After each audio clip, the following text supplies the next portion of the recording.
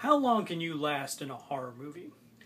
You've probably taken those surveys on Facebook or somewhere online that ask you just how long do you think you'll last in a horror film, and when will you die?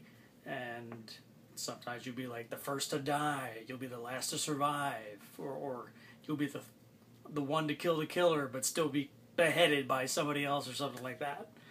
Now, when someone says a meta film, they're referring to a self-referential film that basically acknowledges that it is what it is, it knows what it is, and doesn't hide from it. So say if a horror film like the Scream franchise basically acknowledges, like, yeah, there are slasher films and there are various tropes and trappings and whatnot, and we acknowledge that, and then the film itself plays on that, saying, again, posing the question, how to survive a horror movie. Now, there's a series of films where it actually crosses the line where the film ceased to exist and the characters within the film become part of the film. Films like The Great Pleasantville, or the underrated Last Action Hero, or even Wes Craven's New Nightmare. Films like that. And The Final Girls is the latest film to not just take the characters into the film, but also be a meta film, and also answer those questions of how long will you last in a horror film. The Final Girls refers to the last surviving character, typically a female, who will face off against the evil being, killer, entity, what have you, and they're the one who will dispatch them for this entry in the series. And basically, Final Girls is about a young woman who recently lost her mother, who was an actress, who found a lot of notoriety in a series of 80s slasher films that became cult classics.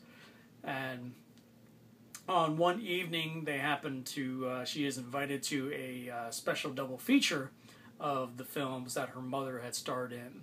And somehow something happens, and her friends and herself get absorbed, sucked into the film itself.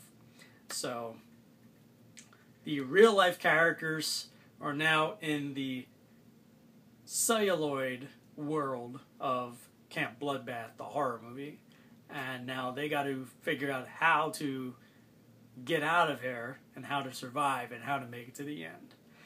This film from Todd Strauss Skousen, featuring a screenplay by M.A. Forden and Joshua John Miller, is actually a pretty damn funny film. Very entertaining. I'm sure if you were to watch the trailer, you're like thinking, it's like, oh yeah, that looks intriguing, that looks interesting. But it actually really, really is pretty funny. Recently I did a review for a film called The Dude Bro Party Massacre 3, which is supposed to be an homage and parody of the 80s slasher franchise, but it felt like they totally missed the mark, and it made me wonder if in fact these people actually saw 80s slasher films.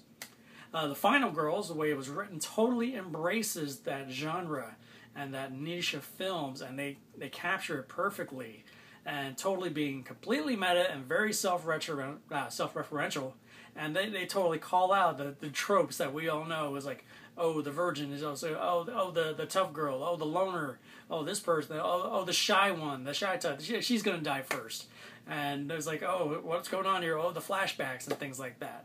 They call them out, and how the real world characters react to the movie environment is pretty entertaining and funny, and oftentimes you can relate to that because you could probably think is like, yeah, that's probably what I would do in that given situation.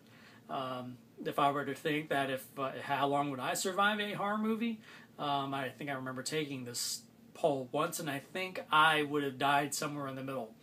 I don't know how, but considering I've seen so many of these films, I would have think I'd last to the end, but probably that's a spoiler. That's probably how Jamie Kennedy bought it in Scream 2. Because he knew a lot of things, but who knew this was going to happen?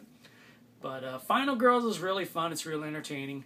It stars Taissa Farmiga, who you probably recognize from American Horror Story, and Madeline Ackerman as her mother. And basically the heart of the movie are these two characters as the daughter is trying to reconnect with her lost mother. And surprisingly, as many horror films, they tend to get slowed down or bogged down in their dramatic moments. I did feel there was a moment where the movie did slow down when it was dealing with the relationship between the mother, the celluloid mother, and the real life daughter. And it kind of slowed it down a little bit, not long enough to really like make me want to like check out and go to the bathroom or something. But still, nevertheless, I guess that's almost like a trope of the genre itself. But regardless, Final Girls is a really fun, entertaining horror comedy, and for a PG-13 horror comedy, it actually does quite well.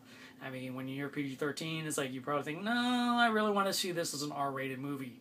But it really works pretty well as a PG-13, and then you realize it really doesn't need all of those stereotypical staples of the genre, the blatant nudity and the gratuitous, gory violence and stuff like that. But what it lacks in horror and bare skin, it makes up for with heart and comedy. And it really does hit a lot of marks and a lot of beats in the comedy territory. So Final Girls is definitely worth checking out. I would give it a 7 out of 10. Yes, a 7 out of 10 for the Final Girls.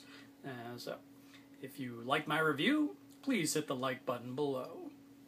And if you haven't already subscribed to my channel, please do, and so you can stay on top of reviews as they come in. And if have you seen The Final Girls? Are you looking forward to The Final Girls?